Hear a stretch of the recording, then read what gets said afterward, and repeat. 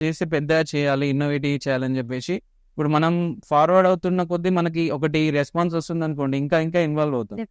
So ఇప్పుడు అలా ఏంటంటే నేను మల్టీ సెక్టార్స్‌లోకి ఇన్వాల్వ్ అయ్యాను. ఇప్పుడు ఫర్ ఎగ్జాంపుల్ ఎల్ఐసి పాలిసీస్ దగ్గర నుంచి మొదలు పెడితే real estate flats and sales మొదలు పెడితే నేను చెయ్యంది లేదనమాట. చిన్న చిన్నవి ప్రతిదీ చేసుకుంటూ వచ్చా. వీటిలో ఒక దాని మీద కాన్సన్ట్రేట్ అంటే ఇప్పుడు సర్వైవల్ కావాలి. ఇప్పుడు ఒక థాట్‌ని డెవలప్ చేయాలంటే ఆఫ్‌కోర్స్ మనకి ఇన్‌కమ్ ఉండాలి. ఇప్పుడు ఫార్మర్ బ్యాక్‌గ్రౌండ్ నుంచి వచ్చినప్పుడు వాళ్ళు ఇన్వెస్ట్ చేయలేరు కదా మనకి. Yep. సో మనకి ఇప్పుడు ఒక 5,00,000 కావాలి, 10,00,000 కావాలన్నప్పుడు వాళ్ళంత ఇన్వెస్ట్ చేయలేరు. సో ఆ సోర్స్ కూడా మనమే జనరేట్ చేసుకోవాలి. మనకు ఆప్షన్స్ లేవు కదా! సో ఆ సోర్సెస్ కోసం నేను డిఫరెంట్ అంటే ఒకటి అని కాకుండా మల్టిపుల్ వేస్‌లో నా టైం అంతా స్పెండ్ చేసి నేను మల్టిపుల్ వేస్‌లో ప్రయత్నించేవాడినన్నమాట. సో అలా చేస్తున్నప్పుడు వన్ ఆఫ్టర్ వన్ చేస్తున్నప్పుడు ఒక్కసారి ఏంటంటే మేము ఇప్పుడు మనకి ప్రెజెంట్ ఇండియన్ మార్ట్ అనేది ఒకటి అవైలబుల్‌లో ఉందన్నమాట. సో ఇదేంటంటే బీ2బీ services, business to business services అనమాట.